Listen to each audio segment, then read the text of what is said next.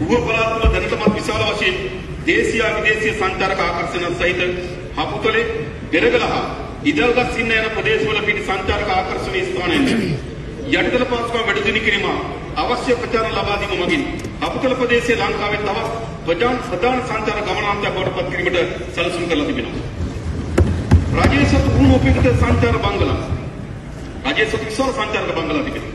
නිවාඩු නිකේතන 900කට අධික ප්‍රමාණයක් හඳුනාගෙන තිබෙනවා. මේවායින් බොහෝමයක් ඉහළ සංචාරක ආකර්ෂණ සහිත තැන්වල පිහිටා තිබෙනවා. සංචාරක ක්ෂේත්‍රයේ අවශ්‍යතාවය සැපීම සඳහා පෞද්ගලික අංශයෙන් සහාය ඇතිව ආදායම් උත්පාදනය කරන ඒක ගෞරවයක් පත් කරනවා. රජ ආයතන තානායම් සංචාරක හෝටල් 900ක් විතර තිබෙනවා. ඉතාමත් වැදගත් දෙමළ පිළිලා තිබෙනවා. ඒවා කිසිදු ඵලදායීතාවයක් නැහැ.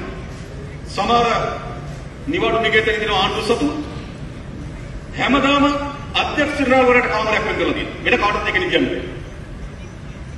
ඇමතිවරයාට කාමරයක් වෙන් කරලා තියෙනවා. එහෙම තියනවද රටේ? ඒ නිසා මේ විශාල ලෙස විනාශයටපත් වෙමින් තිබෙනවා. ඒ නිසා මේවා ඉතාමත් කාර්යක්ෂමතාවයෙන් ඵලදායීතාවය යොදවනවා. ඒ අමාත්‍යාංශවලින් නිලධාරීන්ට, ඒ ආයතන නිලධාරීන්ට යම් සහන පැකේජ් එකක් කරලා ඒ වගේ නතර වීමට අවශ්‍ය පහසුකම් හදනවා. එතරම් කරනවා. තමයි විරාපත් වෙලා තිබෙනවා. ඔබලා ගිහිල්ලා ඇති. ඒක සියලුම රජයේ සතුවා දියුණු කරන්න ඕන. ඒ නිසා අපි ඒ ආයතන සේවකයන් වරප්පු සදා ආරක්ෂා වෙන ආකාරයෙන් මේ ඵලදායීතාවය යොදා ගන්න අපි කටයුතු කරනවා. දැන් අපි හඳුනාගෙන තියෙන 900ක් මේ ස්ථාන. ඉතාමත් වැදගත් ස්ථානවල තියෙනවා.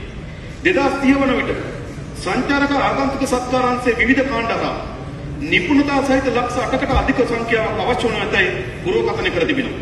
පවතින භෞතික මානව සම්පත් සීමිත බැවින් ශ්‍රී ලංකා සංචාරක හෝටල් කර්මනාකරණ ආයතනයේ පමණක් මෙම ඉල්ලුම